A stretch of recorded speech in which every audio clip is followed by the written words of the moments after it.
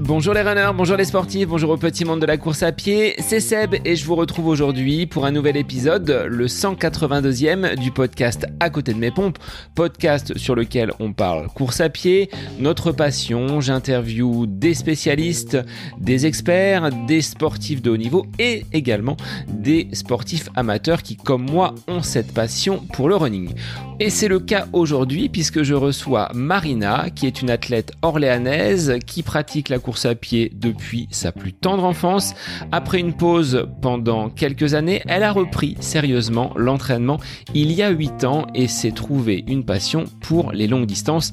C'est le marathon qui l'a fait vibrer, même si elle a testé également le trail et la haute montagne. Aujourd'hui, Marina évoque son parcours, ses entraînements, qui, vous le verrez, se déroule à des heures très matinales, mais également son plaisir de retrouver son groupe d'entraînement. Elle fait partie de la team Infosport. Et au-delà des chronos, des performances, des compétitions, Marina évoque ce côté plaisir de la vie. Le sport n'est pas incompatible avec une vie sociale bien remplie, bien au contraire. Choisi par l'enseigne Running Conseil France et plus particulièrement par les magasins d'Orléans et d'Olivet, Marina représentera donc Running Conseil sur les routes du Marseille-Cassis. Elle a été choisie pour être ambassadrice de la marque New Balance à l'occasion de cette compétition qui se tiendra du côté de Marseille à la fin du mois d'octobre. Alors il est temps pour moi de vous laisser en compagnie de Marina Douane. Sport, plaisir et marathon, c'est le nouvel épisode du podcast À côté de mes pompes. Belle écoute à vous. Bonjour Marina, merci d'être l'invitée du podcast À côté de mes pompes aujourd'hui. Petit focus sur une athlète estampillée Running Conseil Orléans, même si tu fais partie d'un autre club. Clin d'œil également à Pascal Giry, donc du côté d'Infosport Loiret. On va parler course à pied, de ta pratique, comment tu mènes ta carrière sportive en parallèle d'une activité, je pense, professionnelle. Je te souhaite la bienvenue et je te laisse te présenter, Marina. Bonjour Sébastien, merci pour l'invitation en tout cas. Moi c'est Marina, j'ai 34 ans, bientôt 35, mais ça on n'est pas obligé de le dire. Je cours effectivement depuis très longtemps, depuis que je suis toute petite. En fait, j'ai commencé par de l'athlétisme pur et dur piste. J'étais une pistarde, je faisais les crosses et ensuite, suite à une grosse blessure, justement, j'ai arrêté. J'ai arrêté à peu près à 18 ans. Et là, ça va faire aujourd'hui 8 ans que j'ai repris et à ce jour, je fais vraiment plus des longues distances, jusqu'au marathon. Et à chose qu'avant, je ne faisais pas et où tu me faisais courir 10-15 minutes pour m'échauffer, je rechinais, j'essayais de gratter quelques secondes à chaque fois, quoi. Comment tu en es venu à pratiquer cette discipline ? C'est un héritage familial ? Quelqu'un dans ton entourage t'a incité à aller dans une école d'athlétisme ? On dit bien souvent que pour faire ses premiers pas en course à pied, puisqu'il n'y a pas forcément de méthode pour apprendre à courir, l'école d'athlétisme, on pose vraiment les bases. Donc, comment tu as donc cheminé jusqu'à ces débuts donc en course à pied ? Ça a été ton premier sport ? Ça a été mon premier et on va dire mon seul sport. J'en ai fait quand j'étais au collège, au collège et à l'école primaire, parce qu'on avait des profs qui devaient certainement adorer ça, mais j'ai pas du tout de génétique là-dessus. Mon père n'a pas couru, n'a pas couru si ensuite, mais au début il ne courait pas, etc. C'est plutôt moi qui l'ai mis à courir quand il venait m'entraîner pour les crosses et tout, et qui s'est dit mais à 40 ans je tiens pas 1 kilomètre, c'est pas possible. Il faut que je commence à courir et c'est comme ça qu'il a commencé. Mais sinon, j'ai commencé à l'école, athlétisme ensuite, et on apprend effectivement bien les bases, bien les bases, la posture et tout, même si on se la déforme souvent avec la pratique. Mais voilà, pour mon petit parcours, pas parcours familial en tout cas. Alors, les crosses, moi, si je me rappelle un petit peu ce qu'on faisait au collège, c'était quelque chose dont j'avais une hantise. Est-ce que aujourd'hui, le fait de participer à ce genre de compétition, tu y trouves toujours du plaisir ou tu as rangé ces crosses de côté ? Ah, les crosses, non, et aujourd'hui, je les ai oubliées. Je ne sais même pas comment j'ai pu aimer ça avant. Pourtant, Pascal aimerait bien, mais non. Les crosses sont sur le côté. La piste, aujourd'hui, tu il tourne encore? C'est encore quelque chose que tu intègres dans ton entraînement ou tu as basculé complètement sur la route et des courses plutôt nature? Comment tu chemines dans ton activité à la semaine? Et est-ce qu'il y a un programme d'entraînement? On y viendra par la suite. Alors la piste, oui, je l'ai abandonnée, pas spécialement, enfin c'est que j'en ai pas vraiment à côté aux alentours, je pourrais effectivement y aller. Et après c'est surtout aux horaires où j'y vais, je j'ai pas le temps d'aller sur la piste, j'y vais le matin dès 6h moins le quart, je suis dehors avec mes petites baskets. Donc c'est plus bord de Loire et aujourd'hui avec les montres qui sont programmées, faut dire que ça nous facilite quand même la tâche, même si je sais que ça vaut pas une piste, etc. Mais c'est un peu du fartlek au final qu'on fait, hein. Alors, 6h moins le quart, une discipline de fer pour pouvoir se mettre en action dès le matin et enchaîner des séances de fractionnés. Ça fait partie de ton hygiène de vie et de ton rythme familial? C'est ça. Bah, en fait, même pas avant, je m'entraînais tous les soirs. Comme tout le monde, j'allais aux entraînements. Il y avait des groupes au nord, au sud. Et en fait, il y a eu le Covid. Il y a eu le Covid et il y a eu le confinement où on ne pouvait plus sortir entre, je crois que c'était 18h et 6h du matin. Et là, on s'est dit, bah, moi, finissant à 18h, le confinement dans ma branche, on n'a pas connu. On y était encore et je me suis dit, mais en fait, je ne peux plus y aller le soir, c'est terminé. Et on a commencé comme ça à être un petit groupe à y aller le matin à 6h et au final, bah, je me suis rendu compte que c'est plutôt sympa. C'est dur de se lever à 5h30, de s'habiller, de partir comme ça à jeun, même des fois dans le froid. Mais au final, la journée est faite. On a bien commencé la journée. Le soir, on est tranquille. On n'a pas à y retourner. En cette période estivale, c'est plutôt agréable. L'hiver, c'est un petit peu plus compliqué. Il faut mettre 2, 3 couches, voire un peu plus quand il fait très très froid. Mais il est vrai que sur l'ensemble de la journée, après, tu pars donc dans ton activité professionnelle et tu as, je trouve, toute la journée pour récupérer. Donc c'est beaucoup plus facile. L'inconvénient, c'est qu'il faut quand même se coucher tôt si tu veux une nuit de sommeil suffisamment reposante. Donc faut composer avec tout cela. C'est ça. Bah, au début, c'est difficile parce qu'on a tous le rythme de se coucher plus ou moins tard, etc. Mais après, à force de se lever à 5h30, je peux dire que le corps, il rattrape. Et là, on a besoin de sommeil. Donc oui, souvent, 22h, il n'y a plus personne. Alors, cette reprise de l'activité il y a 8 ans, quel a été le déclic pour que tu rechausses les baskets après un si long arrêt? Et ben comme je disais au début, donc mon papa m'accompagnait pour faire mes crosses, etc., pour m'entraîner. Donc à cette époque-là, il fumait. Donc ça a vraiment été un déclic pour lui. Donc il a continué, il a continué. Moi, je me suis blessée, donc j'ai arrêté. Sauf que je le suivais de long, enfin de près et de loin à la fois. Et lui a commencé à aller jusqu'au marathon, etc. Et un jour, il me dit, oh, il y avait la corrida, parce que je travaillais sur Paris, la corrida d'ici les Moulineaux. Et il m'a dit, mais essaie, etc. J'ai dit, non, mais papa, 10 kilomètres, j'ai pas couru depuis 7 ans, c'est impossible et je risque d'avoir mal encore. Et j'ai été voir une magnétiseuse, justement. Il m'a dit, j'ai rencontré quelqu'un, essaie d'aller la voir, etc. Et donc j'y suis allée et au final, elle m'a réparée. Elle m'a réparée et elle m'a dit que certainement le plus gros problème, c'est que j'ai fait du sport trop tôt, trop jeune et que mes muscles n'avaient pas suivi certainement mes os. Enfin, je me rappelle plus trop exactement, mais qu'avoir fait du sport trop tôt, trop jeune, ça a vraiment impacté le reste. Et depuis, ça fait 8 ans que je peux recourir. Et on s'est entraîné pour cette corrida et je l'ai terminée. Donc cette corrida d'ici les Moulineaux, ça a été la première qui a relancé ta carrière de sportive et depuis tu ne t'arrêtes plus. Tu as enchaîné plus que des 10 kilomètres. C'est ça, c'est ça, c'est ça. Ouais, les marathons, je les ai commencés au bout de 3, 4 ans. Oui, 4 ans, 3, 4 ans. Ouais. Bah, au final, c'est ça. C'est aujourd'hui, si je sors pas pour moins de 10 kilomètres, sinon j'ai l'impression d'avoir rien fait. Et combien de fois par semaine alors tu arrives à sortir? Tu as un rythme, tu as un plan, tu suis une programmation. Comment tu fonctionnes au rythme de tes semaines? Alors, en prépa marathon, je fais 4 séances.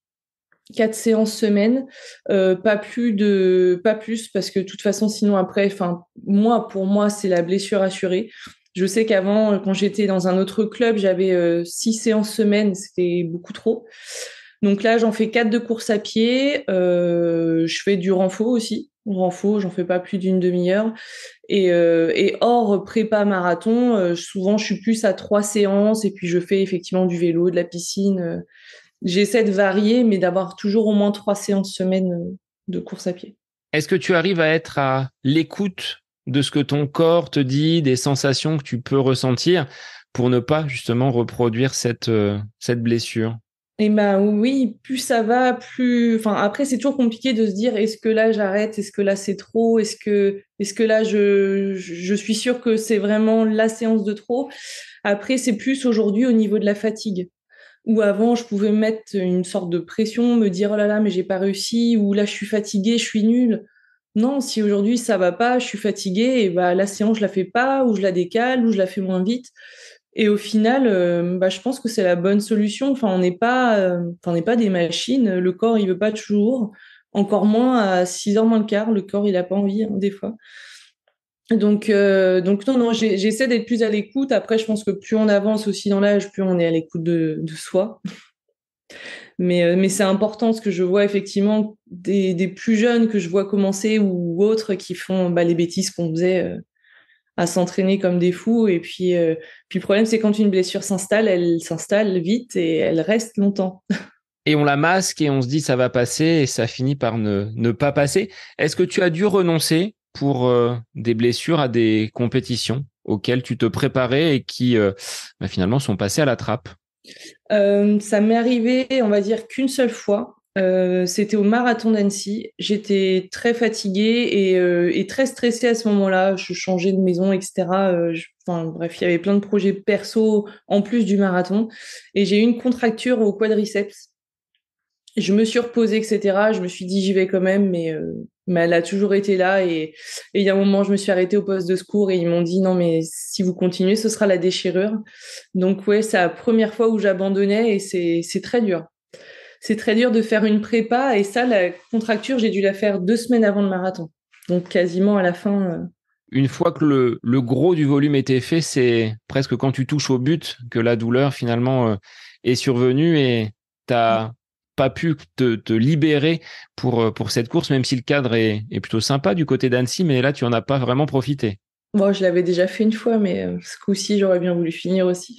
Est-ce que pour toi, le marathon est la distance qui te convient le mieux? Ou est-ce que tu as une affection pour toutes les distances, que ce soit le 5, 10 km, semi, marathon? Quelle est la distance qui te convient le mieux? Alors, étant donné que j'ai pas été au-delà du marathon, enfin, l'année prochaine, je vais aller au-delà. Je vais faire l'Éco-Trail de Paris. Donc, peut-être que je vais bifurquer vers ça. Mais moi, mes préférés, c'est quand même le marathon. Je suis pas quelqu'un, de toute façon, tous ceux qui s'entraînent avec moi le diront, je ne suis pas quelqu'un qui va se mettre dans le rouge. Je ne vais pas aller me pousser aux fesses pour courir beaucoup plus vite. J'aime bien courir à un rythme, on va dire agréable, parce qu'il y a un moment où il en a marre aussi, mais agréable et sur plus longue distance, effectivement. Donc marathon, c'est ce que je préfère. Semi aussi, même si ça commence à être un peu plus dur, mais là, dernièrement, j'ai fait du 10 km et tout. Non, c'est la course en PLS, c'est pas pour moi. Voire plus court sur piste, hein. J'ai vu des 3000 mètres du côté de Charletti, c'est ça? Ouais. Bah, c'était vraiment une superbe expérience. Je le dis maintenant, juste après, j'étais là en train de dire c'est l'enfer, je veux plus, je suis pas faite pour ça. Mais il faisait très chaud aussi, mais non, non, c'est plus. Enfin, en fait, on peut pas s'entraîner pour les deux au final. On peut avoir quand même un très bon niveau sur du court, mais c'est deux choses totalement différentes. On touche pas du tout la même chose. Et puis, je pense aussi la même chose au niveau des muscles, parce que là, c'est suite à ça où j'ai commencé à avoir des douleurs. Donc, je pense que voilà, on s'entraîne pour le court, on s'entraîne pour le long, mais on peut pas vraiment faire les deux, quoi. Là, actuellement, tu es en période de coupure. Quels seront tes objectifs pour les semaines à venir? Sans trop en dévoiler, parce qu'on va en parler par la suite, mais comment tu as cheminé sur les dernières semaines et qu'est-ce qui t'attend pour les prochaines semaines? Et ben, je vais pas mentir, mais j'y ai pas trop travaillé encore. Vu que je suis plus dans mon objectif de réparation du petit tendon, je sais que si il faut que je fasse du fractionné mais en côte sur très très long, un peu plus long que les côtes sous les ponts, ce serait bien. Donc, je pense que je vais commencer par ça en août et après, parce que j'ai un double objectif aussi et commencer ma prépa couplée avec autre chose à partir de septembre. Mais parce que je vais le marathon de Valence aussi début décembre. Donc, j'ai un double objectif, mais les deux se complètent. Donc, au final, c'est bien, mais il va falloir le faire intelligemment parce qu'on va partir sur 3 mois de prépa au final. Alors, quand tu dis j'y ai pas réfléchi, c'est que tu réalises toi-même tes propres plans d'entraînement ou tu es accompagné au sein de ton club Infosport, il y a quelqu'un qui vous prend en charge et qui vous propose des séances adaptées en fonction de l'objectif. Comment vous êtes organisé? Alors, au sein du club, on a des plans d'entraînement. Bon, après, c'est commun à tout le monde. Après, sinon, oui, je fais mes plans toute seule. Je fais mes plans toute seule parce que moi, j'ai personne. Et puis, je trouve qu'on se connaît vraiment bien soi-même. Et après, j'ai vraiment fait aussi de l'athlé euh, plus petite. Donc, j'ai quand même les bases. Après, certainement, quelqu'un d'autre pourrait m'apporter plus. Mais à ce jour, j'ai pas un objectif non plus hyper ambitieux où ce que je fais me suffit. Donc, non, non, je m'entraîne et je fais mes plans toute seule. Alors, est-ce qu'il y a des séances que volontairement tu n'intègres pas dans ton plan? Tu le disais tout à l'heure, j'aime pas me mettre dans le rouge, donc du fractionné très dur, très sévère. Tu vas en mettre de façon très très infime alors. Alors, j'en mets, mais en fait, c'est plus au niveau des allures. Je vais pas. Bon, si l'allure me va, je vais pas chercher plus. Alors qu'il faudrait un peu, mais bon. Quelle serait ta séance préférée sur un plan d'entraînement, que ce soit marathon, semi ou 10 kilomètres? Je préfère quand même les fractionnés longs que les fractionnés courts. Alors qu'à la base, je préférais, quand j'étais plus petite, les fractionnés courts, évidemment. Mais aujourd'hui, je préfère le long. Donc c'est vraiment la longue distance qui te donne le plus de satisfaction. Et en termes de marathon, est-ce que tu pourrais revenir sur le premier que tu as réalisé? Dans quelles conditions s'est-il fait et à quel endroit? Et ben, mon premier marathon, c'était à Annecy. C'était à Annecy il y a 5 ans. Il y a 5 ans, oui. Et celui-là, il s'est très bien passé. C'était mon tout premier. Mon objectif était de faire 3h30. Bon, j'ai pas réussi, j'ai fait 3h35, il me semble. Mais voilà, c'était mon premier. Et mon père, il m'a dit, tu vas voir, tu vas pleurer et tout à la fin. Bah, ça n'a pas loupé. Mais c'était fou et je m'attendais pas à ça, en fait. Je m'attendais vraiment pas à ça. C'est vraiment, il y a une sorte de cohésion qui se crée tout au sein du marathon, au sein même jusqu'à la fin. Il y a toujours quelqu'un, il y a toujours. C'est vraiment très fort et toutes ces personnes sur le côté. Mais c'est vrai qu'au début, je me disais, oh, c'est un marathon, c'est un marathon. En fait, on se met ça dans la tête, alors qu'au final, oui, c'est un marathon, mais c'est 42 kilomètres. Enfin, c'est toujours un kilomètre après l'autre. Il n'y a pas non plus un stress énorme, mais j'étais hyper stressée et je pense que ça m'a pas aidé non plus. Mais c'était super. Et c'est là où je me suis dit, ouais, c'est ce que je veux faire, quoi. Est-ce que ce premier marathon accompli reste le plus beau pour ceux qui ont suivi?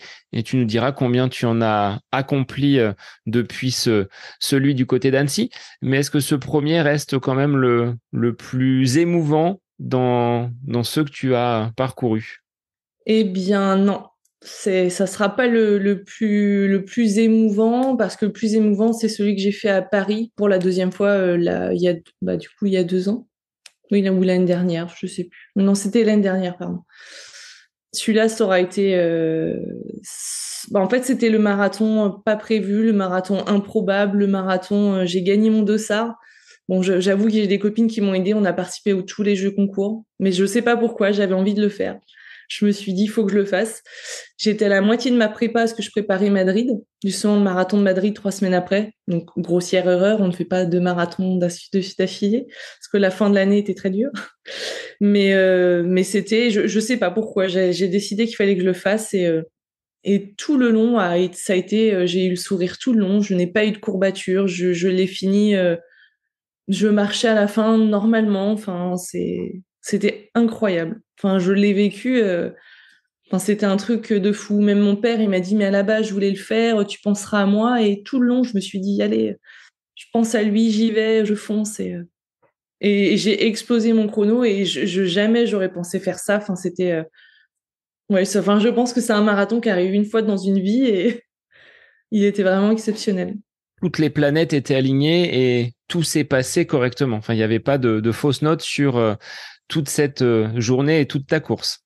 C'est ça. Et en plus, enfin, comme quoi il faut le stress c'est vraiment enfin, un facteur qui peut être négatif sur une course parce que là j'y suis allée, je me suis dit allez, je tente la distance à nouveau, ça me préparera pour Madrid, etc. J'y suis allée, allez hop, on va voir ce que ça donne et au final, comme quoi le corps était prêt à la moitié de la prépa. Donc des fois il faut se lancer, il faut s'écouter. Ça fait partie des défis que tu as pu te lancer. Est-ce que tu as réalisé d'autres courses? Est-ce que tu as osé changer de terrain et aller peut-être sur des aventures trail qui ne sont pas aussi roulantes que ces parcours marathon du côté d'Annecy, Madrid, Valence ou Paris? Alors ouais, j'en ai fait. Alors j'ai fait les petits, c'est ce que je disais, les trails, courses nature dans le coin. Bon, il y a quand même des choses, hein, Sancerre, etc. Il peut valoir le coup quand même. Il est quand même montant. Et après, effectivement, j'ai fait de la montagne. J'ai fait le trail des passerelles où j'ai adoré, même si c'était l'année où on a des conditions mais dantesques. C'était des coulées de boue, c'était des torrents de boue, les descentes. Enfin, c'était affreux, on s'est mis à boire super froid, mais j'ai trouvé ça vraiment chouette, les passerelles et tout, c'était génial. Et l'année d'après, j'ai refait l'édition spéciale où là, ouais, ça a été. Enfin, j'adore, hein, mais moi, le côté vertige, ça me paralyse vraiment, quoi. Ça me paralyse et là, ils ont effectivement refait un retour aux sources avec du flanc de montagne, des descentes, c'était des coulées de cailloux, enfin très dur psychologiquement plus que physiquement, que ce physiquement on est prêt, mais quand le psychologique passe par-dessus, c'est compliqué. Ce que tu disais en off, une fois qu'on est en haut de la montagne, l'hélicoptère, il va pas venir nous chercher. Donc là, il y a des raisons d'avoir quelques craintes et quand on engage ce côté psychologique, ça peut occasionner quelques frayeurs. Ce que tu as vécu, ce que tu as ressenti. C'est ça, c'est ça, c'est ça. Mais c'est surtout, après, c'est un peu une erreur de ma part, mais je me suis dit, tiens, une édition spéciale, on connaît pas la distance, on ne connaît pas le dénivelé, on connaît pas le parcours. On savait juste que c'était entre 60 70 km, 3 et 4 de dénivelé. Et puis après, quand on a su que c'était un retour aux sources et que c'était un des champions d'Europe qui avait créé le parcours, qui habitait dans le coin, je me suis dit, OK. Ils nous ont dit, bon, il y a quelques passages un peu risqués, mais ça va, c'est safe. C'est ce qu'ils nous ont dit dans le bus le matin à 4h30. Ouais, non, c'est pas safe. Quand on dit il y a une corde parce que le chemin il est effondré et que la corde elle tombe par terre, elle tombe dans le vide, c'est pas safe. Donc non, ça aura été une expérience, mais c'est vrai qu'aujourd'hui, si je retourne sur un trail, je serai sûre du parcours et je regarderai les photos de voir où les gens passent. S'il y a des cordes, s'il y a du dénivelé et si le flanc de montagne est abrupt ou pas. C'est ça, c'est ça, ça. Mais je pense que j'aurai pas trop de problèmes à l'éco-trail de Paris l'année prochaine, du coup. Donc attention sur la dernière montée avec la Tour Eiffel, ça peut être périlleux. Il y a le vide quand même en dessous. C'est ça. Ça, c'est un défi que tu veux te lancer, de parcourir ces 80 km de l'éco-trail. Tu veux franchir un cap en termes de distance. Ouais. Bah en fait, j'étais prête avant le Covid. Justement, le Covid est arrivé malheureusement, mais j'étais prête et j'étais à deux doigts de m'inscrire sur un 100 km route, donc Belvès ou un autre. Et le Covid est arrivé. Du coup, c'est vrai que ça m'a coupé dans l'élan. Mais c'est vrai qu'aujourd'hui, ça reste et ça revient plutôt dans ma petite tête. Et j'aimerais bien faire un 100 bornes route. Ouais. Qu'est-ce que tu veux aller chercher sur un 100 km route? Qu'est-ce que tu veux te prouver? Quels seraient finalement les enjeux d'une telle distance? Le marathon n'est pas suffisant en termes de kilométrage? Bah, en fait, aujourd'hui, oui. Enfin, c'est pas, je veux pas dire c'est une formalité, mais on s'y habitue. Je pense qu'on s'habitue à la distance et c'est pareil au début quand on fait un 10 km, pour nous 42 km, enfin la target. Et puis là, au final, bah, maintenant que j'ai fait des marathons, je me dis 100 km, ce serait bien, quoi. C'est un compte rond. Est-ce que tu as des personnes dans ce club InfoSport qui peut-être te poussent également, qui ont la même ambition d'aller sur donc ce type de distance avec ce côté émulation qu'on peut trouver dans des structures d'entraînement? Bah là, pas forcément, ils se démotivent un peu. Si j'en ai un qui en a quand même fait un, alors c'est celui, je sais jamais, là, qui a eu début juillet. Je me rappelle plus. L'ultramarin, si. Parce qu'il y a l'ultra, les 170 km et il y a le 100 km. Et j'ai une des personnes avec qui je cours qui l'a fait et qui a bien aimé. Mais je pense qu'effectivement, en fait, ce que j'aime dans ce genre de distance, c'est qu'on doit passer par différents états. C'est une autre gestion de course et c'est totalement différent de ce que l'on fait, quoi. Et je pense qu'on se retrouve. Moi, je réfléchis beaucoup quand je cours. C'est vraiment au moment où je suis dans ma bulle et je refais le monde. Et puis, je trouve ça génial. Enfin, quand on est dans ce genre de distance, on doit délirer un peu, je pense, à la fin aussi. Quelles sont les pensées qui te traversent l'esprit? Tu dis, je refais le monde, je suis dans ma bulle. Donc, on pense pas à la liste de courses, là. On va peut-être un peu plus loin que ces pensées, on va dire, superficielles. Bah, des fois, ça même ni queue ni tête, ce à quoi je pense. Mais je vais penser vraiment à tout et à rien. En fait, déjà, il y a la première phase de on oublie le travail, on oublie les soucis. Et après, la phase de bah, on est bien là. Après, j'aime bien regarder autour de moi. Je vais m'émerveiller de tout et de rien. C'est oui, je pense aux vacances, à ce que je pourrais faire, à ce que j'aimerais faire et que je ne ferai jamais. Enfin, oui, c'est vraiment aléatoire, suivant l'humeur du jour.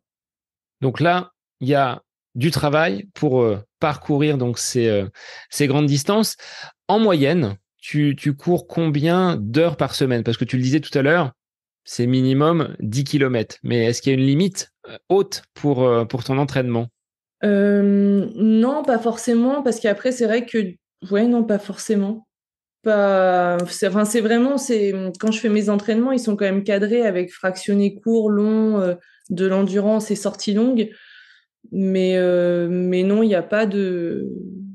Après, le temps, c'est tout dépend à l'allure à laquelle on le fait, etc. Mais non, non, il n'y a pas de. Il n'y a pas autre chose. C'est vraiment 4 séances et donner le maximum que je peux. Tu disais avoir découvert la natation, pratiquer également le vélo. Pour toi, ces sports croisés sont la clé pour peut-être passer et franchir un cap au-delà du marathon et mettre de côté peut-être les bobos, les tensions qui peuvent survenir à trop courir, justement? Bah, j'ai pas assez de recul là-dessus parce qu'effectivement, j'ai appris il y a un an la natation. J'essaie d'y aller une fois par semaine au possible, mais je pense que ça aide justement sur le fait de se muscler différemment.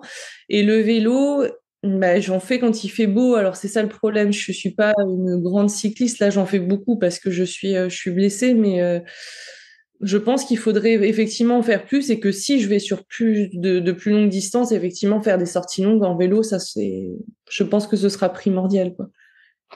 Parce qu'on peut faire de la distance sans trop attaquer bah, le corps. Parce qu'effectivement, il me semble quand on court, j'avais un de mes médecins qui m'avait dit, c'était 7 fois le poids de son corps, je crois qu'on s'inflige. Donc c'est juste énorme, quoi. Mais effectivement, je pense que c'est important de croiser et de pas faire que ça, quoi. Il y en a qui se blessent pas, hein, qui ont vraiment cette chance d'avoir des corps qui sont hyper cool là-dessus, parce que moi, le mien, je pense que je lui mettrais tous les jours comme avant, je pourrais plus courir à ce jour, quoi. Et tu en as besoin. Tu peux difficilement t'en passer. C'est un sas de décompression par rapport à ton activité professionnelle. Comment tu l'intègres dans ta vie de tous les jours, ce sport que tu pratiques et qui te conduit vers ces différents défis, hein, que ce soit donc le marathon, les trails et toute autre activité que tu peux mener? Alors effectivement, je travaille beaucoup avec de la clientèle, etc. On a quand même, bah, comme tout le monde, hein, beaucoup de pression au niveau de tout ce qui est changement, tout ce qui est fiscal, etc. Enfin, moi, je travaille en banque et effectivement, on a tous notre travail qui nous pompe un peu et c'est vrai que je pourrais pas aujourd'hui faire ce travail si je n'aurais pas mon sas de décompression à côté et aussi parce qu'on est assis toute la journée. Bon, même si on a de la chance d'avoir 2 étages, du coup je passe mon temps à descendre, monter les marches, je ramène mes clients en bas à chaque fois, mais non, j'en ai besoin. J'en ai besoin pour couper, même si je sais qu'il existe d'autres choses, type la sophrologie, etc., choses que je n'arrive pas à faire, mais j'ai besoin de ça pour couper et m'évader. Enfin, sinon, ce serait pas possible, quoi. Je prends trop les choses à cœur, je pense, pour ne pas faire de sport et évacuer ou par autre chose, hein, mais effectivement, j'ai besoin. Et le fait de retrouver un groupe d'entraînement, est-ce que ça participe également à ta motivation? Parce que tu le disais tout à l'heure, courir à 6h moins le quart le matin, quand on est une femme sur une agglomération, il y a peut-être un côté parfois dangereux. Enfin, on a vu des jeunes femmes et même des hommes se faire parfois agresser. Est-ce que le fait d'être en groupe, ça te permet d'évacuer peut-être ce côté sécuritaire avec la convivialité qu'on retrouve sur un groupe d'entraînement? Bah, effectivement, en groupe, c'est toujours mieux. Rien que déjà, quand le réveil il sonne et qu'on sait qu'on n'est pas seul et qu'on ne peut pas laisser l'autre seul non plus, ça aide beaucoup.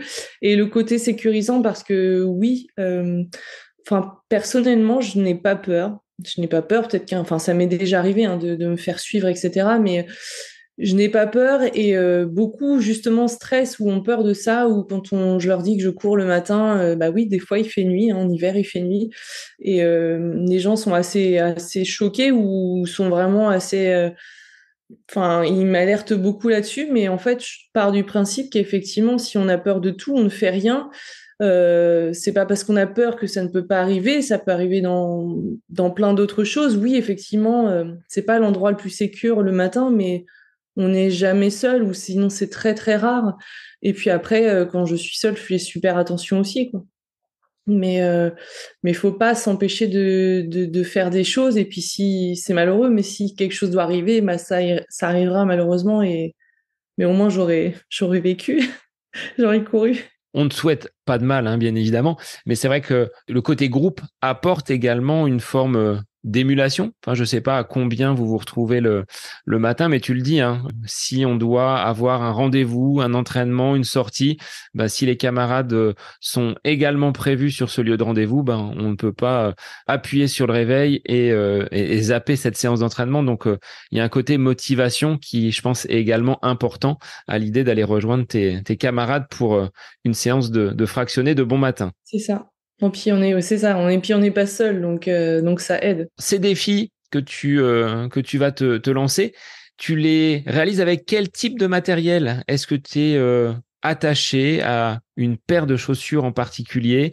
Est-ce que tu as des modèles qui te suivent depuis ces dernières années en tant que coureur à pied? Quelles sont finalement tes chaussures préférées pour pratiquer le running? Alors, j'ai pas vraiment de chaussures préférées. Le plus important, et bah pareil, c'est à force de pratiquer, je me suis rendu compte que de toute façon, il fallait que j'ai un drop faible. Moi, je peux pas courir avec plus de, allez, on va dire 6 maximum, 5-6, parce que sinon, j'ai des tendons très courts. Donc, si je mets du drop élevé, c'est la blessure assurée. Donc, drop faible et plutôt légère aussi les chaussures. Sinon, je me blesse. Et c'est vrai que bah il n'y a pas énormément de modèles. À part aujourd'hui, ce que je prends, c'est beaucoup New Balance et Asics. Ce sont les deux avec lesquels je tourne. Mais après, c'est toujours pareil jusqu'au jour où la marque va décider de varier leur modèle et puis il va falloir retrouver une autre paire. Mais elles ont toutes les mêmes caractéristiques. Et c'est vrai qu'il y en a très peu. Il y en a très peu et au final, là, pour l'instant, j'ai 2 paires, une pour la course, enfin les compètes, et une pour l'entraînement. Donc j'espère qu'ils vont pas changer tout de suite leur modèle, mais voilà les 2 marques aujourd'hui que j'utilise principalement. Est-ce que tu attaches une importance aux couleurs? Est-ce qu'il faut que ce soit flashy Voilà, c'est un jugement d'homme, hein, où je vais me faire tirer dessus par toutes les femmes qui écoutent le podcast, mais moi, je sais que la couleur des chaussures m'importe peu, même le short ou le t-shirt. Est-ce que en tant que femme, tu es attachée à peut-être une coquetterie sur les chaussures accordées avec les chaussettes, avec le t-shirt, ou pas du tout? Des fois, ça me prend ouais, de faire la fille. Mais sinon, non, je m'en fiche un peu, en fait. J'ai des chaussettes, je pense elles sont même plus blanches, elles doivent être grises à force, mais elles tiennent et elles me vont bien, alors elles me blessent pas, donc je les garde. Mais non, des fois, c'est vrai que c'est sympa d'avoir une petite tenue, mais au final, on va tous finir dans le même état à la fin, alors donc non, c'est plus le fait d'être à l'aise, quoi. D'être à l'aise. Là, effectivement, j'ai deux paires de chaussures. Si elles sont chouettes, tant mieux. Si elles le sont pas, le principal, c'est que je puisse courir avec. Et que ce soit confort pour affronter ces 42 fois 1 kilomètre. Tu l'as dit, hein, c'est juste 1 kilomètre après l'autre, donc il y a pas de difficulté par rapport à cela. Au niveau de ta montre, est-ce que tu as un attachement également à une marque spécifique? Est-ce que tu es les yeux rivés sur la montre ou est-ce que tu arrives à t'en détacher de ces outils connectés qui, quand même, nous facilitent la vie? C'est ça. Moi, je suis Garmin. J'ai jamais testé. Si, au tout début, je crois que je sais même pas si ça existe, une TomTom, Oui, peut-être. TomTom, oui.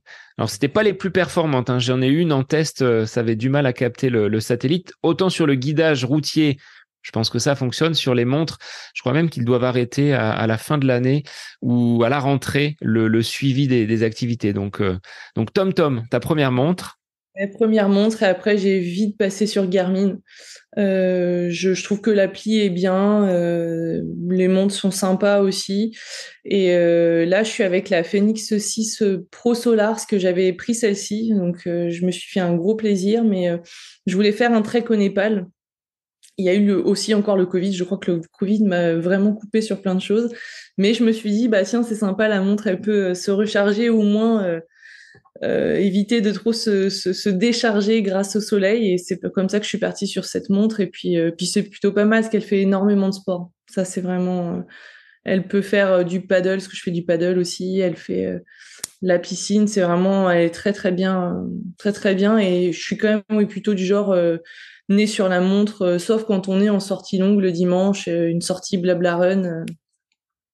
Mais sinon, effectivement, en fractionné, oui, quand même. De toute façon, le but, c'est quand même de tenir une allure. Et vu que je ne fais pas ça autour d'une piste, effectivement, quand même le nez un peu arrivé dessus, quoi. Si ta sortie fait 19,99, tu pousses jusqu'à 20 kilomètres ou tu peux vivre quand même avec ce chiffre qui n'est pas un chiffre rond? Ah non, chiffre rond. Ah, c'est pas possible, non. Des fois, hein, si je suis trop fatiguée, je me dis, mais non, faut que ce soit rond quand même. C'est 700, etc. Et si je suis pas fatiguée, oui, il faut que ce soit rond, 19, 20, 21. Ce trek au Népal, alors, d'où venait le projet? Est-ce que c'est quelque chose qui, avec le Covid, a été simplement reporté ou tu as fait une croix totalement dessus? Et ben entre-temps, j'ai eu ce fameux trail retour à la montagne où je me suis dit, eh bien, si je me retrouve au Népal face à du vide, etc., je pense que non. Pour l'instant, c'est vraiment, je l'ai mis un peu aux oubliettes, même si j'aimerais beaucoup. Et du coup, j'ai fait un trek en Albanie à la place, donc c'était plutôt sympa. C'est vrai qu'il y a quelques passages aériens, mais j'aimerais vraiment le faire, mais j'aimerais aussi ne plus avoir ce vertige. Mais ça, je crois que c'est chose impossible. J'ai déjà essayé des méthodes qui n'ont pas fonctionné. Malgré tout, tu arrives à voyager. Donc, il n'y a pas cette appréhension du vide en avion. C'est vraiment quand tu es confronté à la montagne avec le précipice sous tes pieds. Ben, c'est vraiment le côté rocheux. De rien que de voir une montagne en face de moi, le côté rocheux, j'ai la boule au ventre qui commence à venir. Je me vois déjà tomber.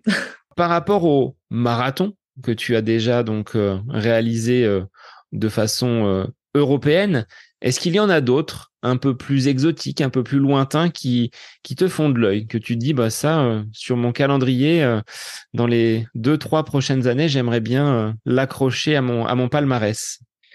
Bah, après, question exotisme, il n'y en a peut-être pas forcément, mais New York, ça reste. ça reste l'objectif premier. Enfin, je me dis qu'à 40 ans, si je l'ai pas fait, je ferai par tour opérateur et je vais pleurer en payant et puis ce sera tout. Mais non, enfin, New York, c'est vraiment, je crois, le marathon. Je sais même pas si je le ferai à une allure spécifique, hein. Je pense que je le kifferai jusqu'au bout. Je le courrai à 12 à l'heure en regardant, en profitant. Mais, euh, mais non, ça, c'est vraiment le marathon que j'aimerais faire. Après, Boston aussi. J'aimerais beaucoup Boston.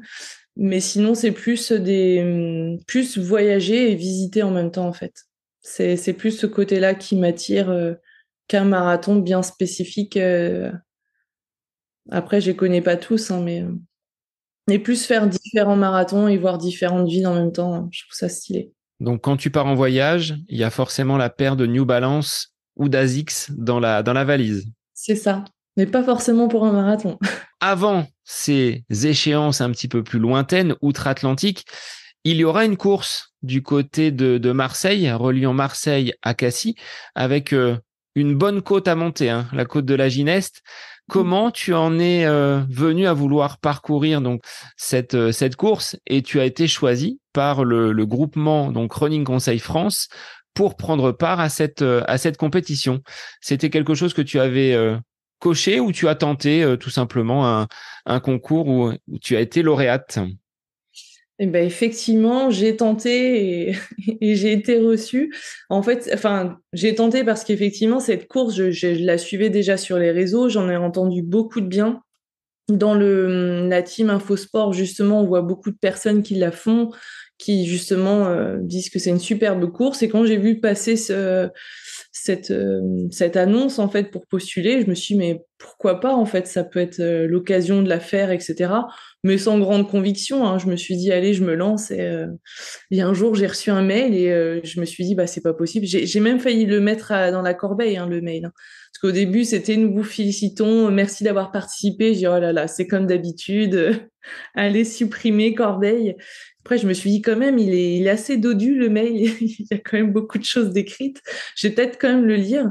Et là, j'ai dû le relire 10 fois et je me suis dit, mais c'est cool en fait, ça serait top.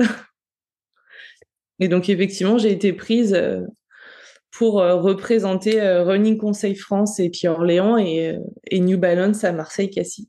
Quels sont les engagements de ce choix, de ce dossard qui s'offre à toi? Est-ce qu'il y a une contrepartie derrière à offrir, on va dire, aux magasins et au groupement Running Conseil? Comment ça se passe? Quel est le deal en fait? On te donne le dossard d'un côté, mais qu'est-ce que tu dois faire de l'autre? Non, non, en fait, on est quand même ambassadeur du coup New Balance jusqu'à Marseille-Cassis. Donc, on a reçu quand même une dotation avec une tenue, etc. Et on en aura une seconde. Par chance, du coup, moi, j'adore les New Balance pour les courses, enfin les marathons, etc. Enfin, les compètes. Et au final, on en a reçu du coup une nouvelle paire. Donc, moi, je la connaissais et c'est une paire que j'aime beaucoup. Donc, effectivement, enfin, pour moi, c'est du pain béni parce qu'au final, c'est une marque que j'aime beaucoup et pouvoir en parler, enfin, c'est tout simple au final parce qu'elle me suit déjà depuis presque un an. Donc non, après, il faut effectivement parler de la marque, hein, ce qui semble logique si elle nous suit. Et voilà. Et au niveau du magasin Running Conseil, alors, toi qui fréquentes cette enseigne, magasin donc de Céline et Pascal du côté d'Orléans et du côté d'Olivet, pourquoi tu es cliente de ces magasins et pourquoi avoir tenté l'aventure donc de Marseille-Cassis à travers donc Running Conseil? Bah, en fait, comme je le disais au début, je cours depuis longtemps, je fais mes propres entraînements parce que je trouve qu'on est toujours les mieux à se connaître. Et Running Conseil, l'avantage, c'est que ce sont aussi des coureurs. Pascal, il me semble qu'on en avait déjà discuté, mais je crois qu'il faisait de la piste avant ou beaucoup plus de choses que je faisais aussi avant. Et je trouve que les personnes les mieux placées pour parler de running et conseiller, ce sont les personnes qui courent aussi. Enfin, pour moi, l'un va pas sans l'autre, en fait. Enfin, on va pas vendre des chaussures de running si on ne pratique pas la course soi-même. Et puis après, c'est des personnes qu'on croise sur les sorties, souvent le dimanche, que le matin, non, je les croise pas, mais le dimanche, voilà, on se croise tous. Et puis Orléans, c'est petit. Enfin, on est beaucoup à se voir, à se croiser, et on se connaît tous quand même plus ou moins, même de nom. Et puis Céline aussi fait beaucoup de marathons, donc voilà, ça fait quelqu'un qui a la même pratique et les mêmes objectifs que moi, donc c'est assez top aussi, quoi. Et ça permet aussi d'échanger parce que autant on connaît pas tous les marques, autant on peut tous avoir un ressenti différent, et donc non, c'est top. Si tu devais ressortir 3 mots pour qualifier les magasins Running Conseil d'Orléans et plus généralement ceux du groupement, enfin de la coopérative devrais-je dire, parce que c'est plus un groupement, c'est une coopérative aujourd'hui, qu'est-ce que tu pourrais citer comme terme? Je t'en laisse 3 seulement. C'est déjà beaucoup. Je dirais des sportifs passionnés, et qu'est-ce qu'on pourrait dire? Bon, après, un seul mot, c'est compliqué. Et sympa aussi, quand même. Bah, je partage ce côté sympa avec des personnes qui, au-delà d'être les gérants de ces magasins, sont des sportifs effectivement passionnés. Sur le plan alimentaire, on n'en a pas parlé, Marina. Qu'est-ce que tu utilises pendant tes sorties longues, pendant tes marathons? Parce qu'il y a sans doute des auditeurs et des auditrices qui vont se lancer sur des préparations. Il y a cette envie du marathon pour tous pour certains en 2024. Quel est ton plan de bataille sur un plan alimentaire? Alors déjà en course, et puis on verra peut-être le avant-après, comment tu fonctionnes. Alors, du coup, pour ma part, moi, c'est vraiment très simple, hein. Je n'aime pas manger, et souvent ça passe pas. En marathon, j'ai pâte de fruits et je bois de l'eau, c'est tout. Et je bois à tous les ravitaux. Je bois pas forcément beaucoup, 1 ou 2 gorgées, mais je bois à chaque fois. En fait, je réfléchis pas. Je m'enlève ça de l'esprit. Et la pâte de fruits, souvent, j'en mange tous les 5. À la fin, des fois, ça passe pas. Ça a du mal et j'essaie de me forcer, mais souvent, oui, à partir du 35e, je n'arrive plus à manger de pâte de fruits, mais c'est la seule chose que je prends, et les gels, tout ça, je n'y arrive pas. Donc, ouais, pâte de fruits et eau. Et au quotidien, la stratégie alimentaire, est-ce que tu es, on va dire, très vigilante sur ton alimentation, limite un régime d'ascète, ou alors tu aimes bien les plaisirs de la vie et tu n'es pas contre voilà, un repas au restaurant, des petits écarts. On peut tous dire, hein, moi je suis pas là pour juger, bien au contraire, mais pour savoir un peu comment tu fonctionnes, même si dans les sorties derrière, tu vas forcément éliminer toutes ces calories. Alors, moi, je suis pas un bon exemple. Moi, je suis marine à ventre, j'ai toujours faim, je mange tout le temps, beaucoup de sucre. Non, après, oui, je mange pas, enfin, je mange équilibré, mais c'est vrai que je grignote beaucoup, j'adore le sucre. J'aime bien les plaisirs de la vie, donc oui, boire l'apéro, etc., le vin. Mais après, quand je suis en prépa marathon, on va dire surtout, j'essaie surtout le dernier mois de faire attention, parce qu'il faut dire ce qui est, hein, si on mange mal, si on dort pas beaucoup, si on boit un peu trop, un peu plus que d'habitude, on va dire, bah forcément le corps est fatigué, et c'est la blessure assurée. Donc on voit bien effectivement, enfin je vois, et quand je fais plus attention, que le corps répond aussi. Après, j'en abuse pas non plus, mais c'est vrai qu'en ce moment, on est en coupure, donc ça va. Tu peux t'octroyer quelques libertés, je dirais. Ouais, si ça serait que quelques.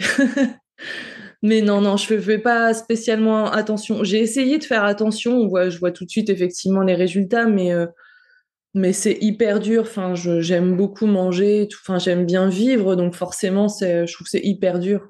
Et puis, on n'est pas des professionnels. Enfin, à la base, moi, je fais ça pour le plaisir. J'aime bien me challenger, mais j'aime vivre à côté aussi.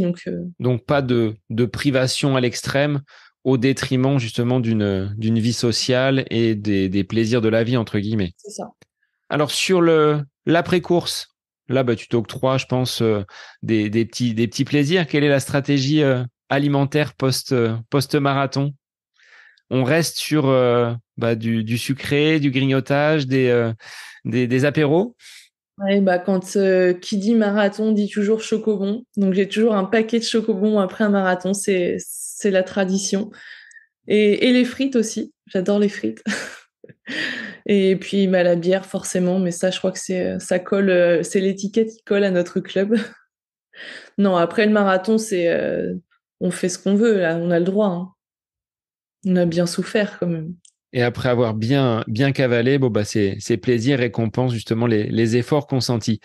C'est Si ça. tu devais, Marina, donner quelques conseils, quelques recommandations aux auditrices qui nous écoutent, quelles seraient-elles ces recommandations à la fois sur ta pratique, ton évolution sur ces 8 dernières années, mais sur ta pratique bien plus ancienne, et puis sur ce côté club. Je pense que tu es très attaché également à l'esprit club. Si tu avais deux, trois recommandations pour les auditrices, ce seraient lesquelles?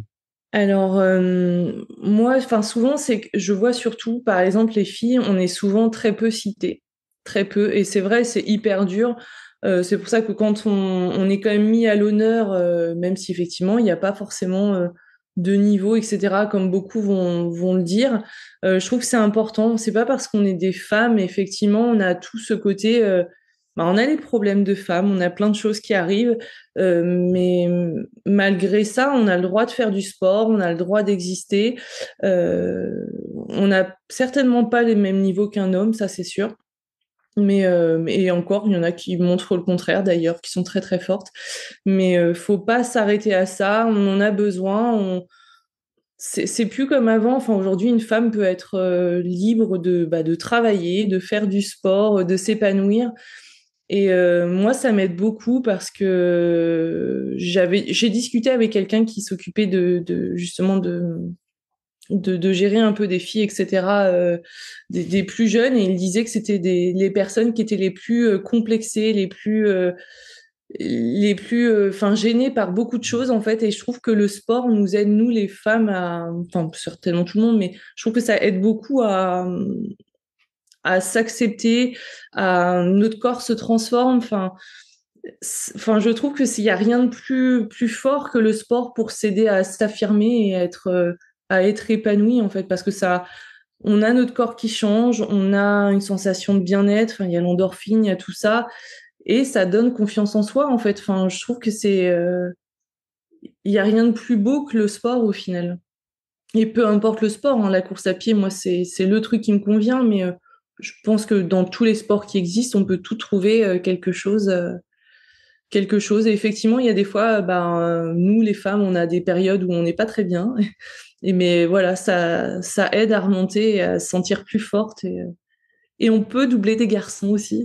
Bah, justement, j'allais te poser la question. Est-ce que tu prendrais part à des compétitions 100% féminines ou est-ce que tu es pour la mixité et le fait que bah, des hommes puissent courir aux côtés de la jante féminine? Alors non, enfin justement, enfin je trouve que si on met les hommes et les femmes d'un côté, un peu comme dans le vélo, c'est vraiment créer des minorités ou des majorités. Enfin, je trouve ça ridicule.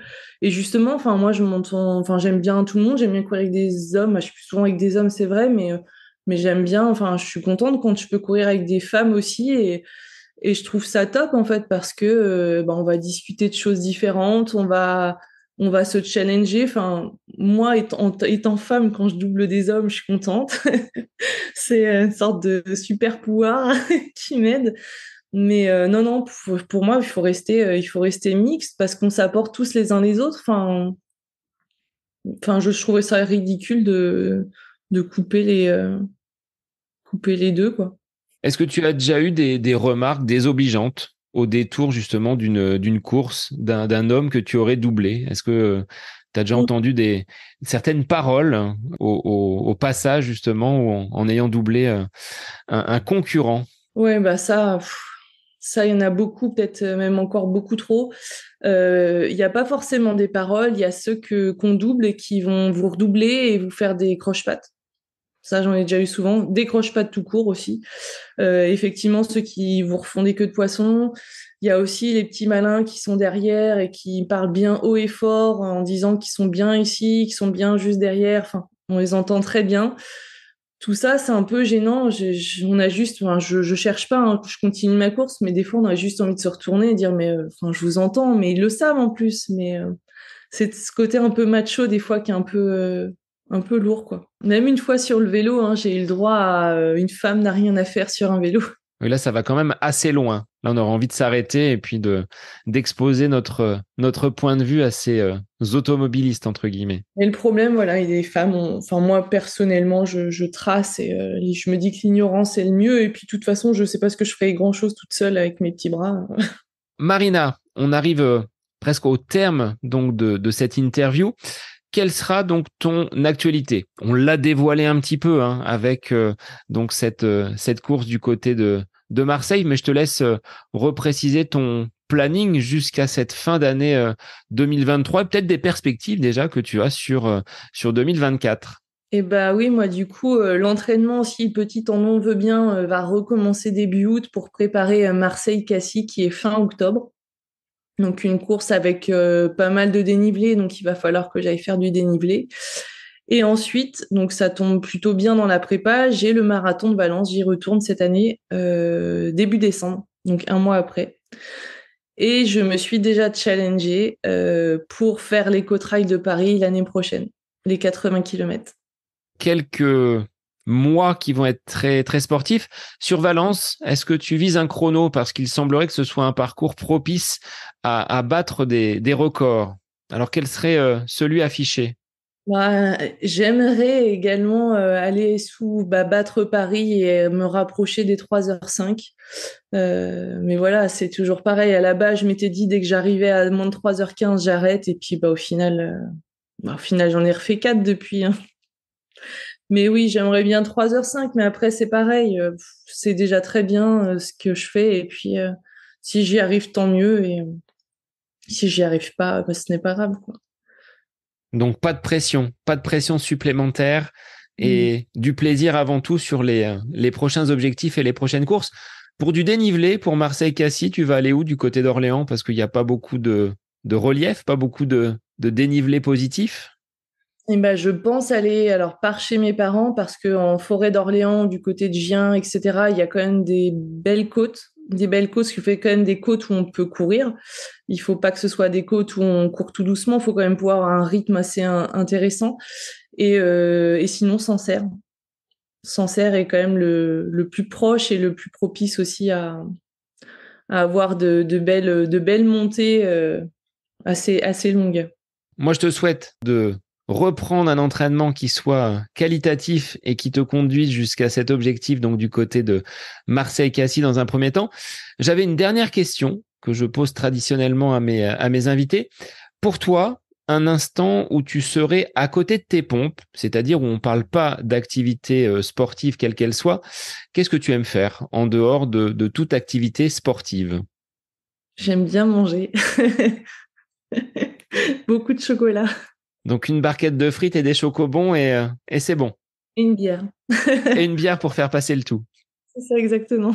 Mais en tout cas, Marina, merci d'avoir joué le jeu de l'interview d'À côté de mes pompes, le podcast. Clin d'œil, bien évidemment, à Pascal et Céline du magasin Running Conseil d'Orléans, puisque tu es ambassadrice et tu porteras les couleurs de Running Conseil France, mais aussi d'Orléans sur ce Marseille-Cassis. Donc, clin d'œil à eux. Et puis, bon vent à toi pour ces nombreux kilomètres d'ici la fin du mois d'octobre et cette longue préparation pour Marseille-Cassis. Ça marche. Merci beaucoup en tout cas. Et pour les auditeurs, je vous dis à la semaine prochaine pour un nouvel épisode du podcast À côté de mes pompes. Bonne semaine à vous.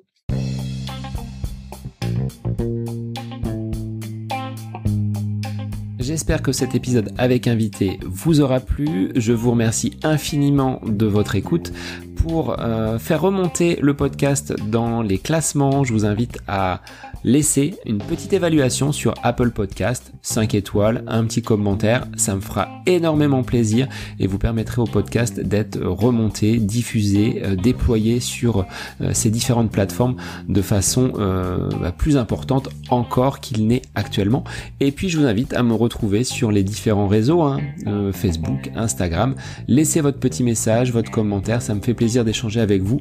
Si vous avez des questions, si vous voulez échanger sur quelconque sujet en lien avec la course à pied, mais pas que, parce que le sport c'est une philosophie de vie et c'est une passion qui nous anime de façon commune, donc n'hésitez pas à venir échanger avec moi. Sur ce, je vous souhaite une bonne fin de semaine, un bon week-end et je vous dis à la semaine prochaine pour un nouvel épisode du podcast À côté de mes pompes.